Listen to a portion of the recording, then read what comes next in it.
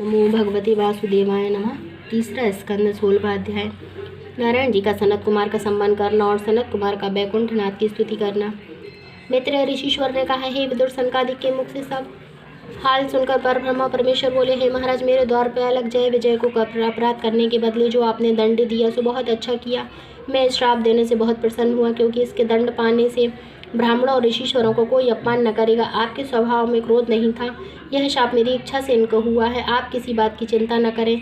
मैं इसलिए आपकी विनती करता हूँ कि ये दोनों मेरे द्वारपालक थे। इनको अपराध करने का अपयश मेरे ऊपर है, इसलिए मेरा अपराध क्षमा कीजिए। क्योंकि संसार में किसी का नौकर कोई भला या बुरा काम करे तो उसके मालिक का नाम धरा जाता है। जो लोग साधु महात्मा ब्राह्मण का अपमान करते हैं उन्हें नरक जाना पड़ता है, और नरक के लोगों को भी ऐसे मनुष्य की संगति अच्छी नहीं लगती। आप लोग ब्राह्मण ऋषिश्वर और मेरे इष्ट देवता हैं। आपके चरणों की धूलि का ऐसा प्रताप है कि लक्ष्मी जी चंचल स्वभाव होने पर भी मेरे पास दिन रात बनी रहती हैं। ब्राह्मण को मैं अपने तन व लक्ष्मी जी व वैकुंठ से भी प्यारा व अच्छा जानता हूँ।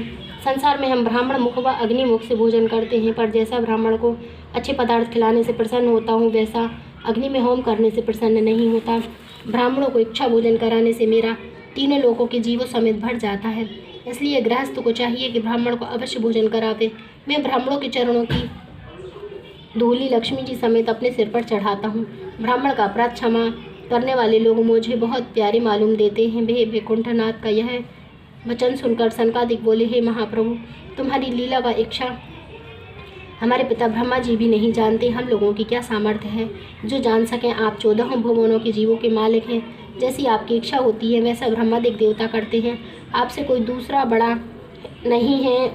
उनको बड़ा भाग्यवान समझना चाहिए जिनके हृदय में आपकी भक्ति और बैकुंठ जाने की चाहना रहती है। जो लोग हरि भक्तों व सत्संग और उनकी सेवा करते हैं उनको बैकुंठ जाने में संदेह नहीं रहता।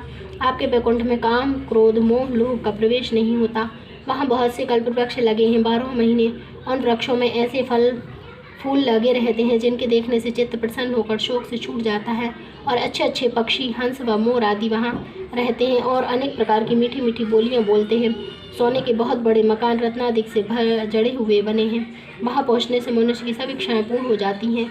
इस तरह के सुख व पदार्थ उसको वहाँ मिलते हैं। ऐसा घर का सनकादिक नारायण जी व लक्ष्मी जी के स्वरूप का ध्यान करके प्रेम से ऐसे डूब गए कि उनकी आंखों में आंसू बहने लगे। नारायण जी का स्वरूप इस प्रकार का है। श्याम रंग, कमल नयन, चतुर्भुज, मोहनी मूर्ति, किरीट मुकुट साजे, अंग अंग पर भूषण विराजे, कौस्तुभ मणि व वैजंती माला पहने, पीताम्बर की कशनी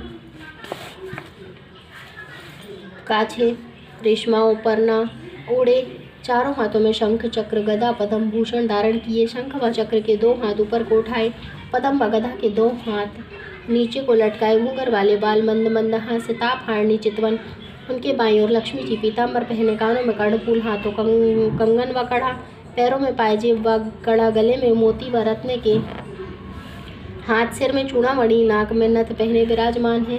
लक्ष्मी नारायण जो जड़ाऊ सिंहासन पर बैठे हैं।